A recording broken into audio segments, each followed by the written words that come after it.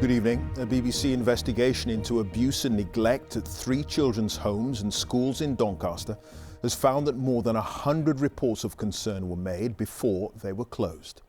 Leaked documents show that children were said to have been badly mistreated, yet the regulator Ofsted continued to rate the homes as good, and there'd been 40 separate alerts over 3 years.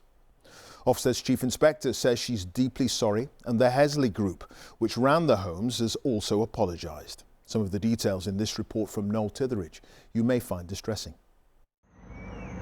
It's been called the worst care scandal since Winterbourne View. As well as physical abuse, there was emotional abuse as well. Our investigation reveals the scale of abuse reported at children's homes in Doncaster.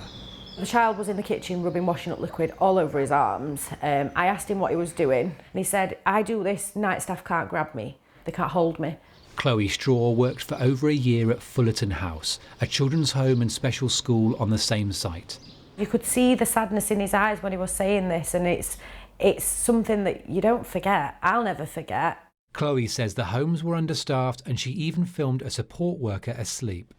She says the abuse of some children was openly discussed, but when she reported it to senior staff, nothing happened.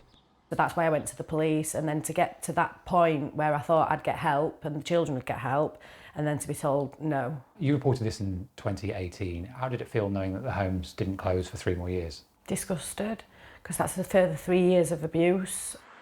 South Yorkshire Police says there was insufficient evidence to progress with the case, but it referred the report to the local authority.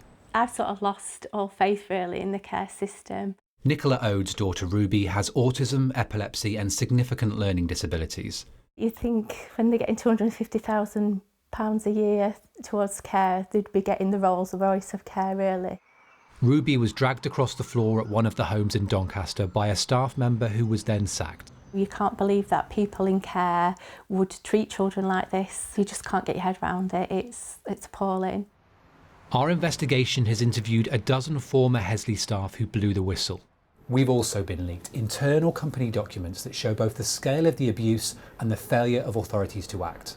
Safeguarding logs show that children were reported to have been kicked and punched in the stomach, locked in a bathroom overnight, forced to sit in cold baths, and even had vinegar poured on a wound as a punishment. I am so sorry for the children themselves and for their families. As well as physical abuse. We took our findings to Ofsted. Children punched and kicked, dragged across the floor, locked inside bathrooms. Have you ever heard of abuse on this scale before? This is a truly appalling case, really as shocking as I've ever heard. It's clear this really is dreadful and something that we should all be deeply concerned about. We've learned that Ofsted received 40 separate warnings over 3 years, yet still the homes remained rated good. Why didn't you act sooner? Well, we acted in response to concerns. We worked slower than we should have been to put the whole picture together and recognise the pattern of abuse emerging. But is that good enough with some of the most acutely vulnerable children in care in the country, many of whom were non-verbal? There is a particularly high risk for these children. We recognise that, which is why we've both changed our risk assessment to improve our ability to spot patterns early